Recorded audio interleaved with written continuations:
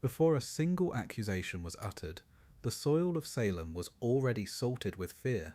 To understand the hysteria of 1692, we must first step into the world of the 17th century Puritan, a world both physically and psychologically treacherous, perched precariously on the edge of what they saw as a vast, devilish wilderness. The Massachusetts Bay Colony was not a land of opportunity in the modern sense.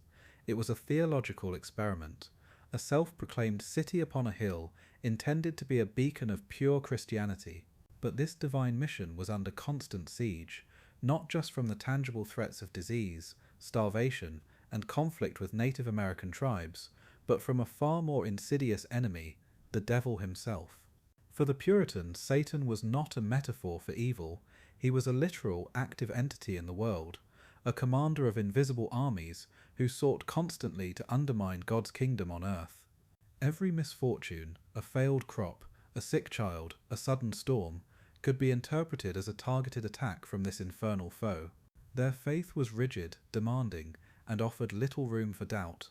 The Bible was law, and it stated plainly in Exodus 22:18, "Thou shalt not suffer a witch to live." This was not a piece of ancient law, it was an active commandment.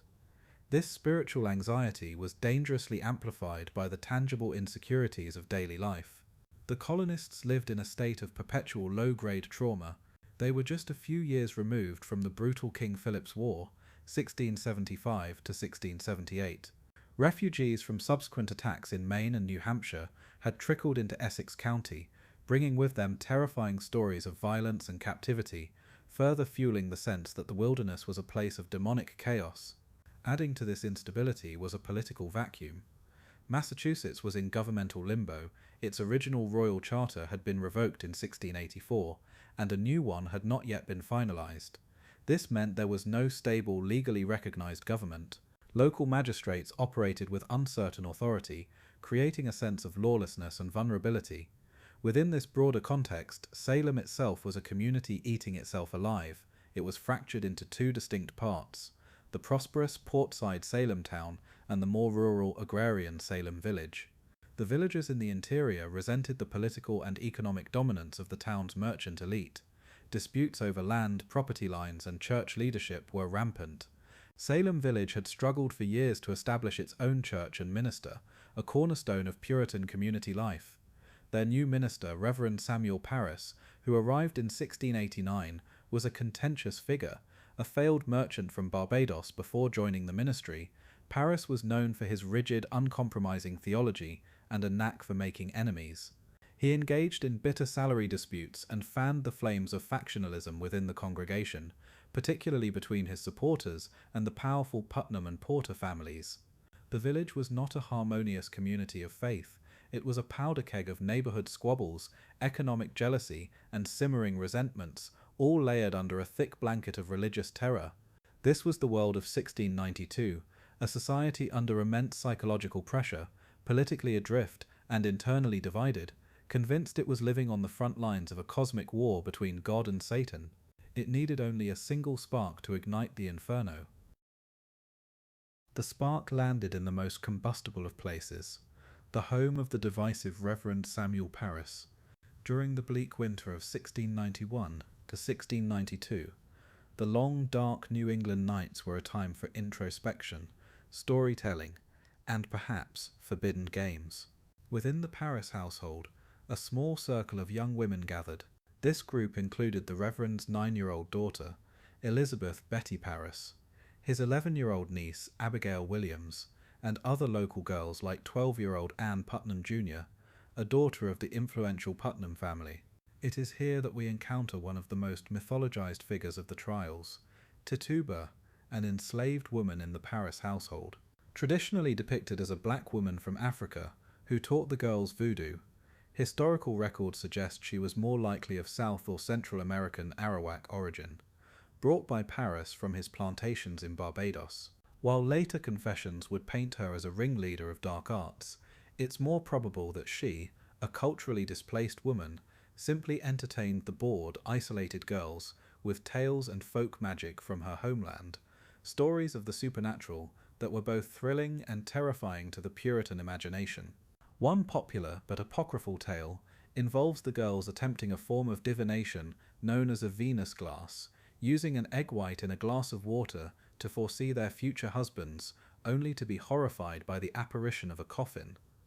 Whether through these activities or some other trigger, something snapped. In January of 1692, Betty Paris began to exhibit disturbing behaviour. She would hide under furniture, make strange choked sounds, and contort her body into unnatural positions. Soon after, Abigail Williams began to display the same symptoms.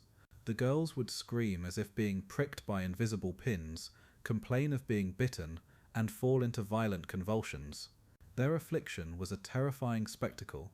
It defied any known physical ailment, baffling both the family and the community. Reverend Paris responded as any Puritan minister would, with prayer and fasting. But the girls' torments only worsened. Panicked, he called upon the local physician, William Griggs. After observing the girls' violent fits and listening to descriptions of their spectral torments, Dr. Griggs could find no physical cause. He delivered a diagnosis that was both a medical conclusion and a terrifying confirmation of the community's deepest fears. The girls were under an evil hand. This diagnosis was the point of no return. It medicalized the supernatural, transforming a private spiritual crisis into a public criminal matter. The word witchcraft was now officially on the table. The news spread like wildfire through the anxious village. The afflicted girls, as they came to be known, became a horrifying public spectacle. Their ranks swelled, now including Ann Putnam Jr. and others like Mercy Lewis, Elizabeth Hubbard, and Mary Walcott. Their fits became more dramatic, more public, and seemingly more synchronized. They would scream in unison during church services, especially when Reverend Paris preached, claiming that spectral tormentors were preventing them from hearing the word of God. Ann Putnam Jr., in particular, proved to be an imaginative and forceful accuser, likely influenced by the anxieties and grievances of her powerful family. The community was both terrified and mesmerized. The question was no longer if there were witches in Salem Village, but who they were. Under immense pressure from ministers and magistrates to identify their tormentors, the girls, caught in a vortex of fear, attention, and power, were about to point their fingers and unleash the storm. With the diagnosis of witchcraft confirmed, the pressure on the afflicted girls to name their tormentors became unbearable.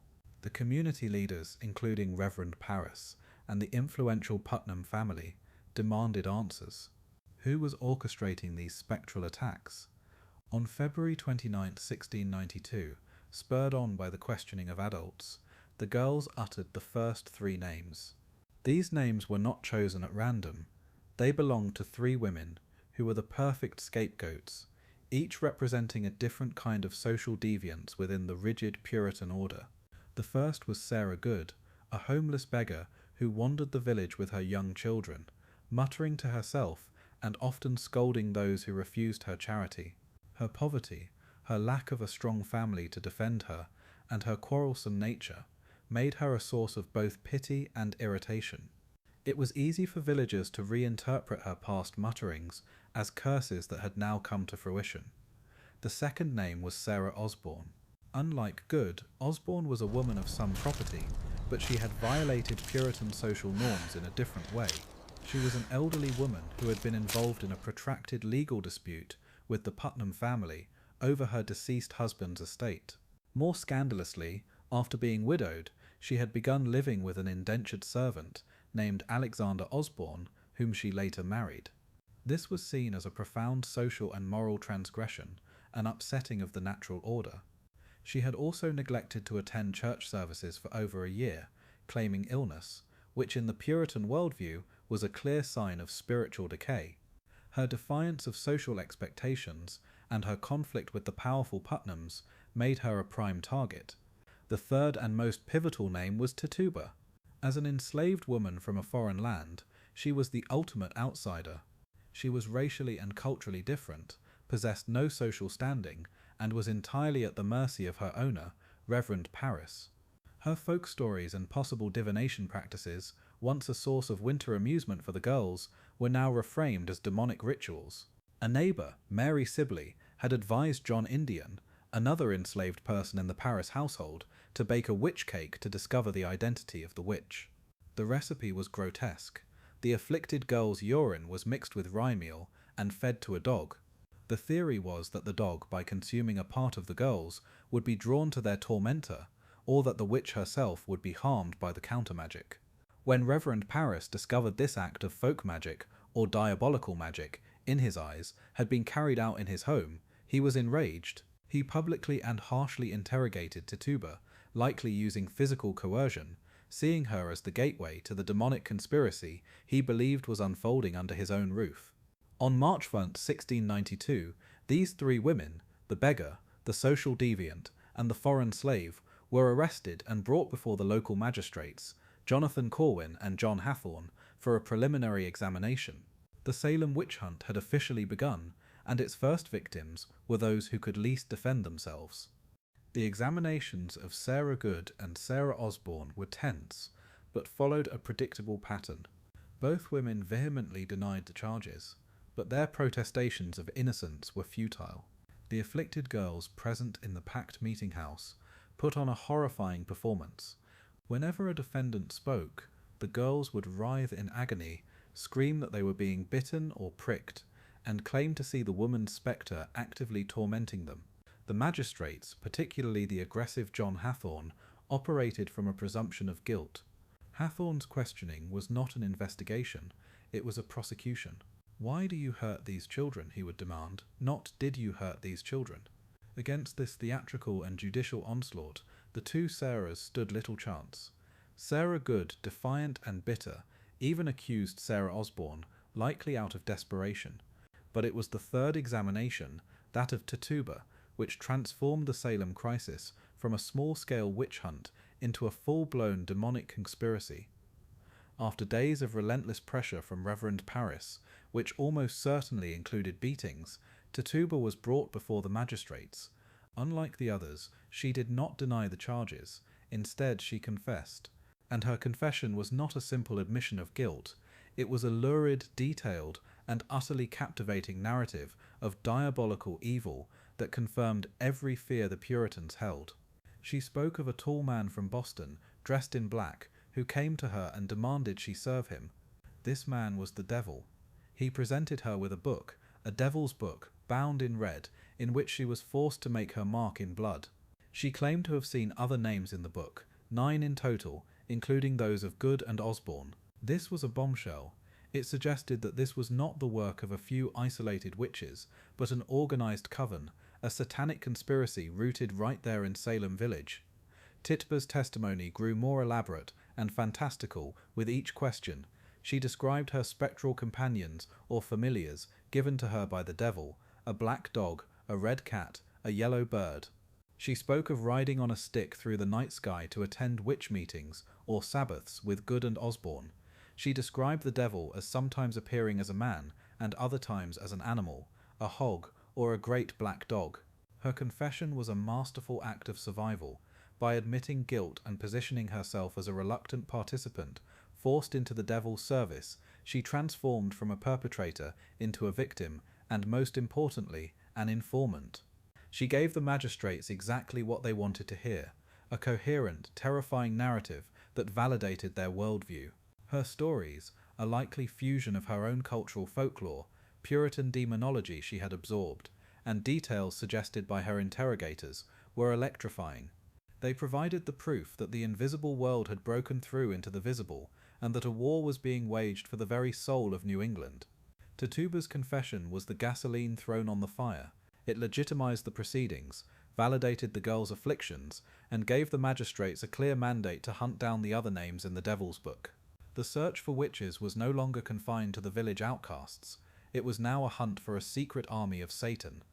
Tituba's confession fundamentally changed the dynamics of the hunt.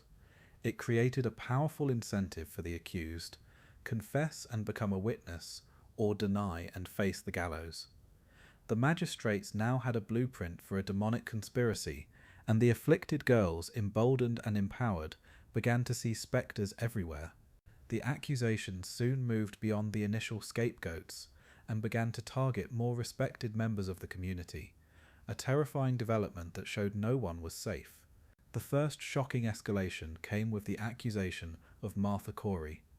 Corey was a pious, church-going woman, known for her righteousness and, critically, her outspoken skepticism of the entire proceedings.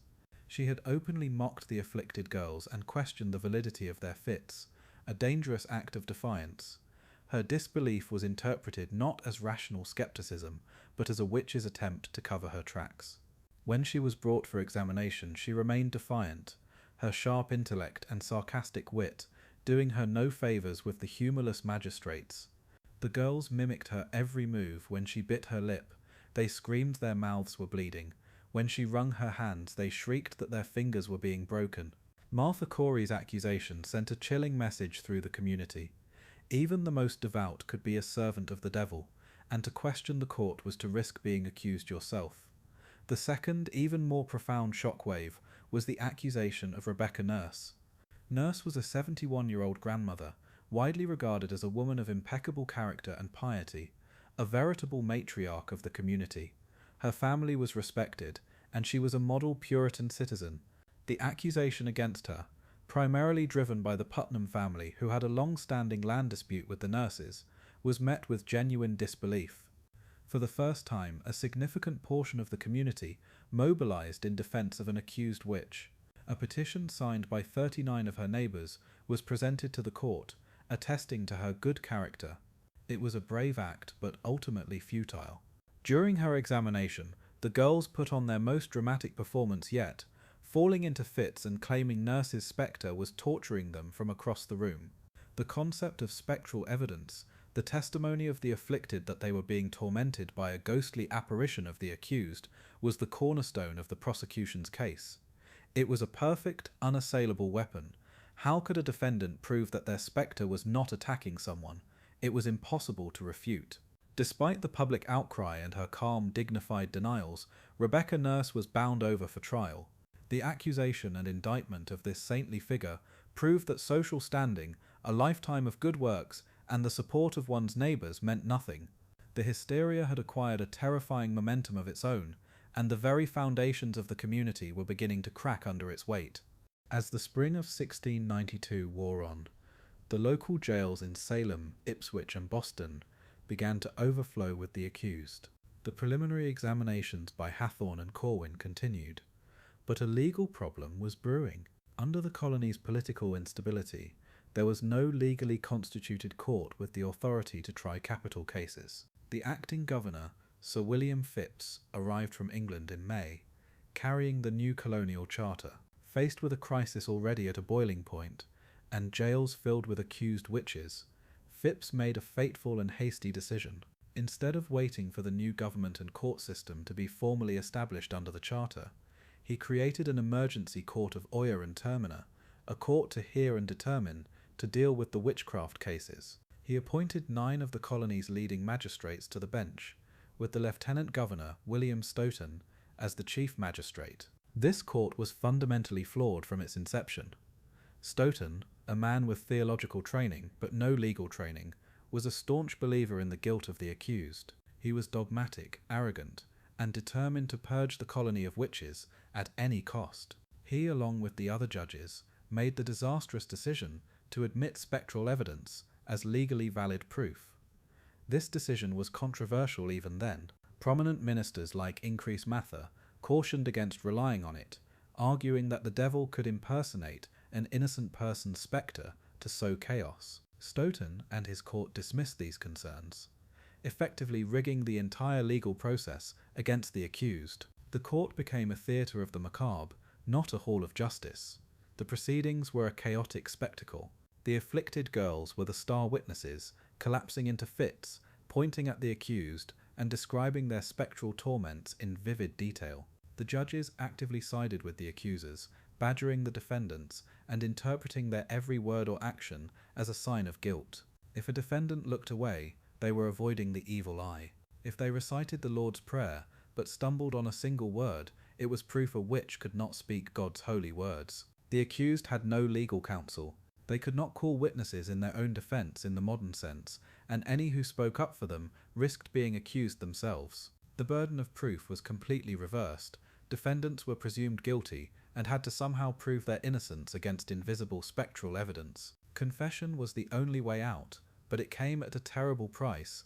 To save one's own life, one had to name others, feeding more victims into the machine. A group of confessing witches, led by the now prominent Ann Putnam Jr. and others, became a powerful tool for the prosecution, confirming the spectral evidence of the afflicted girls by testifying to their own participation in Sabbaths and diabolical pacts. The court of Oyer and Terminer was not a mechanism for discovering truth, it was a factory for producing convictions. It gave the chaos a veneer of legal authority, transforming mob hysteria into state-sanctioned murder. Its swift, brutal, and unjust proceedings would lead directly to the gallows. The first person to be tried, convicted, and executed by the new court was Bridget Bishop. She was, in many ways, an easy first target, a woman whose reputation was already tarnished in the eyes of the puritanical community. Bishop was a tavern keeper, a profession immediately associated with frivolity, drinking, and potential disorder. She dressed more flamboyantly than was considered proper, favouring a red bodice that scandalised her neighbours. Furthermore, this was not her first brush with a witchcraft accusation. She had been accused and acquitted over a decade earlier. This prior accusation hung over her like a shroud, making her a familiar and plausible suspect. Her case was a test for the new court, a way to establish its authority and set a precedent. Her trial, which began on June 12, 1692, was a showcase of the court's flawed methodology. The evidence against her was a patchwork of local gossip, spectral testimony, and bizarre physical proof. The afflicted girls, as expected, put on a grand performance, claiming her spectre was pinching them and that looking at her struck them down. But the court also heard from her neighbours, who testified to years of perceived slights and misfortunes they now attributed to her malevolent magic. One man claimed she had bewitched his pigs. Another testified that a spectral version of Bishop had visited his bedroom at night, oppressing him. Perhaps the most damning physical evidence came from a group of men who claimed to have found poppets, small dolls made of rags and hog bristles, stuck with headless pins in the walls of her old house. In the world of witchcraft belief, this was the paraphernalia of a practicing witch used for cursing her victims. Bishop's defense was simple and defiant. "I am innocent," she stated plainly. "I know nothing of it." But her protests were drowned out by the chorus of accusations and the weight of the spectral evidence, which Chief Magistrate Stoughton deemed irrefutable. The jury quickly returned a guilty verdict. On June 10, 1692, Bridget Bishop was taken from the Salem jail to a barren ridge on the outskirts of town, known as Gallows Hill. There, before the assembled community, she was publicly hanged. Her execution was meant to be a solemn warning, a demonstration that the forces of God and law were triumphing over evil.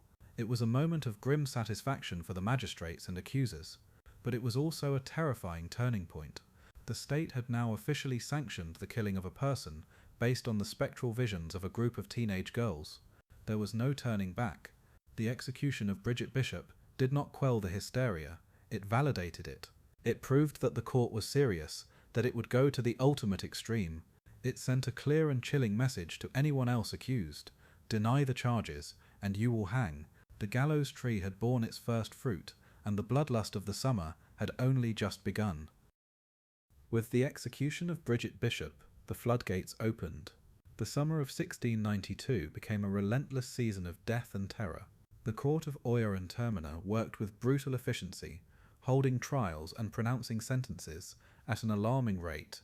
In a series of hanging days throughout June, July, August, and September, 19 more people would be led to Gallows Hill. The court's methods became cruelly routine. 5 were hanged in July, including the saintly Rebecca Nurse, whose jury had initially returned a not guilty verdict. Enraged, Chief Magistrate Stoughton demanded they reconsider, pressuring them until they reversed their decision and condemned the old woman to death. Sarah Good was also hanged. Her final defiant words hurled at Reverend Nicholas Noyes: "I am no more a witch than you are a wizard, and if you take away my life, God will give you blood to drink." Among the accused, no story better captures the tragic intersection of personal integrity and systemic madness than that of John Proctor. Proctor was a successful farmer and tavern keeper, a man known for his strong will and sharp tongue. Like Martha Corey, he was an early and vocal skeptic of the trials. When his household servant Mary Warren, one of the afflicted girls, began having fits, he threatened to beat her, dismissing her afflictions as nonsense. This act of defiance made him a target. Soon the girls accused not only him, but his pregnant wife, Elizabeth. Proctor's case is a harrowing example of how the net ensnared entire families. His arrest was followed by those of his son William and daughter Sarah.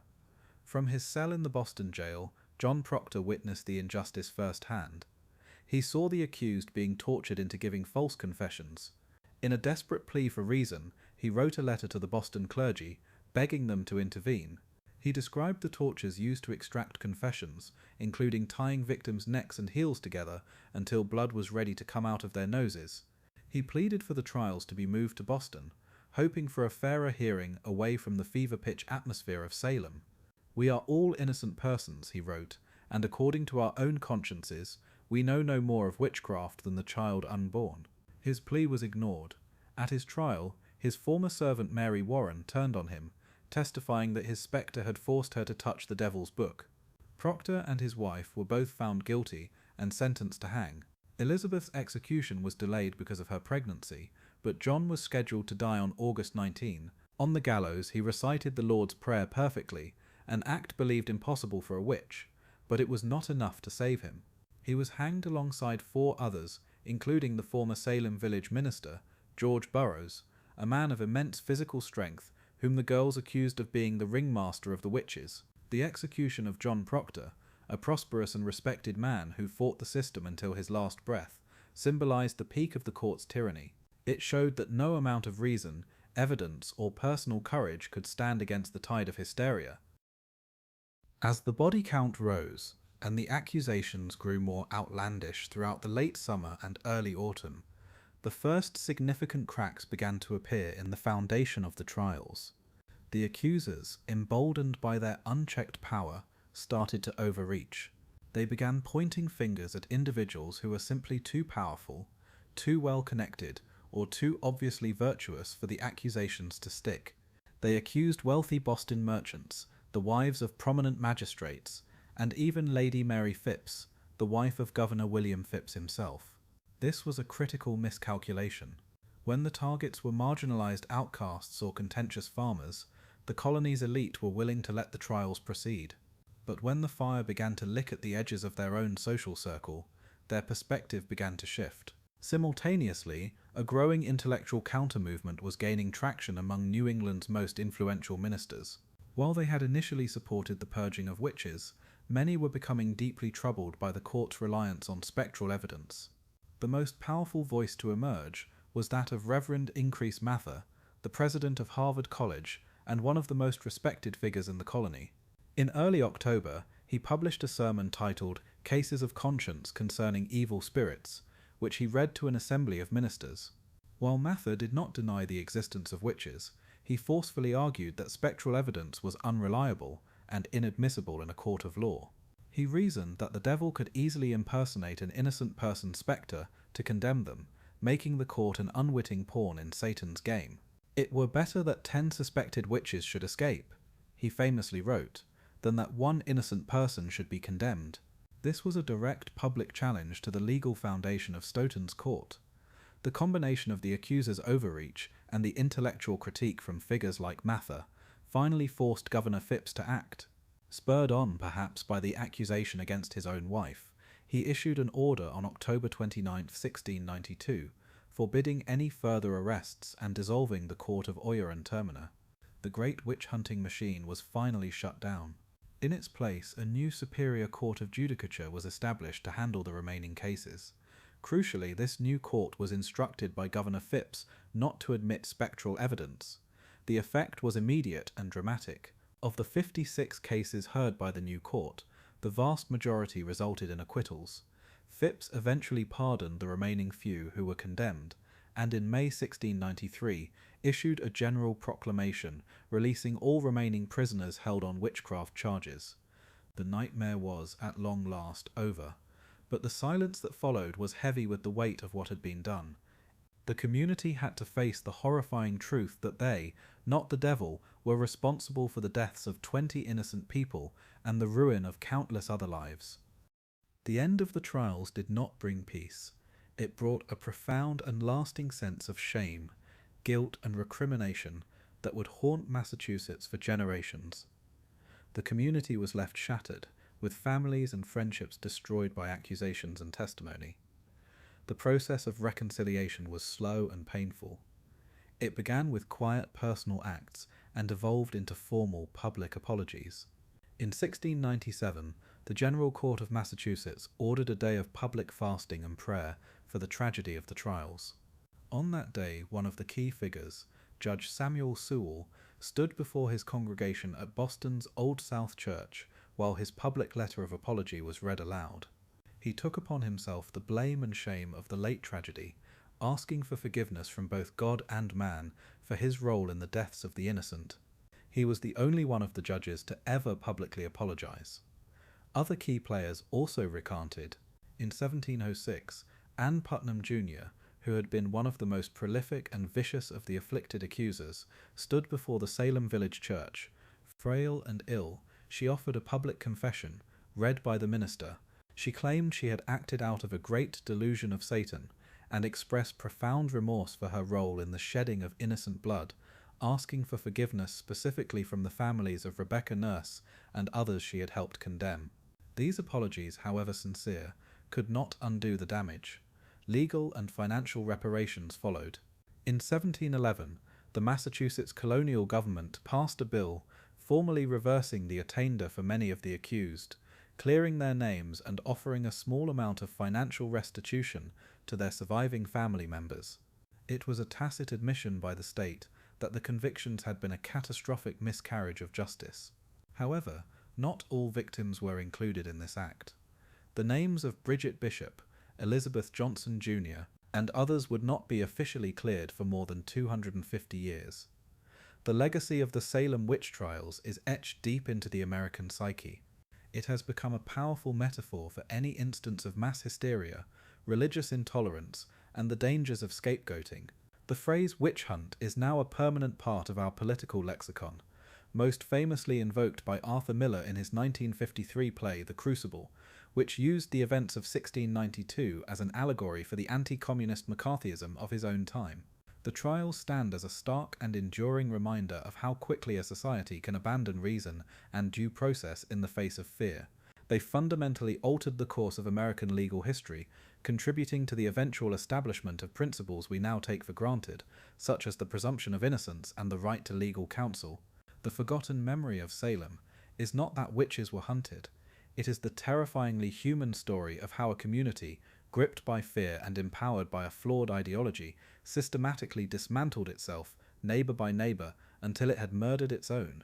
It is a scar on the nation's soul, a cautionary tale whose lessons about fear, justice, and the fragility of truth remain as urgent today as they were over 3 centuries ago.